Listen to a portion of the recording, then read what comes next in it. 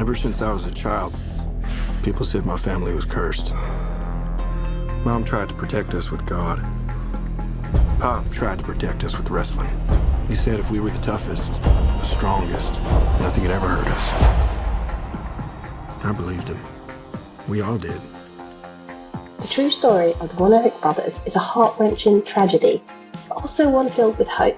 From its first minutes, The Iron Claw, Sean Durkin's blistering rendition of the family troubles, establishes the wrestling ring as an arena where you are measured and validated. You are there to perform, to compete, often against your own kin. The story begins in 1979.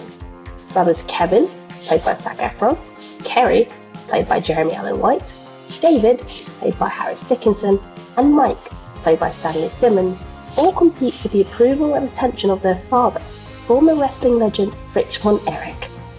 The family lost another sibling years earlier, making Kevin in particular to believe in the Von Erich curse, a reason behind the family's tragedies. Tragedy is indeed at the heart of The Iron Claw. Writer-director Sean Durkin has defended his decision to erase another Von Erich brother from the film, arguing that it was one more tragedy that the film couldn't really withstand. Now, we won't go into detail about the many tragedies that the Von Erichs faced. We have Wikipedia for that. Because The Iron Claw isn't really a film about tragedy at all. It's a film about fathers and sons and toxic masculinity. What makes The Iron Claw so striking is how much focus Durkin puts on the influence of Fritz.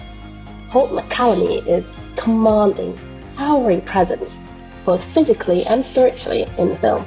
The film's title refers to a move Fritz originated in the ring, a powerful gripping move that almost instantly forces your opponent to the ground.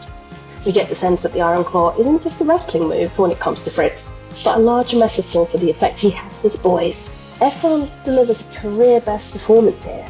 His physical transformation is extraordinary. Efron also shows a great understanding of Kevin's insecurities, often communicated only in glances. The Bear's Jeremy Allen White is also in excellent form as Kerry, the most popular of the brothers.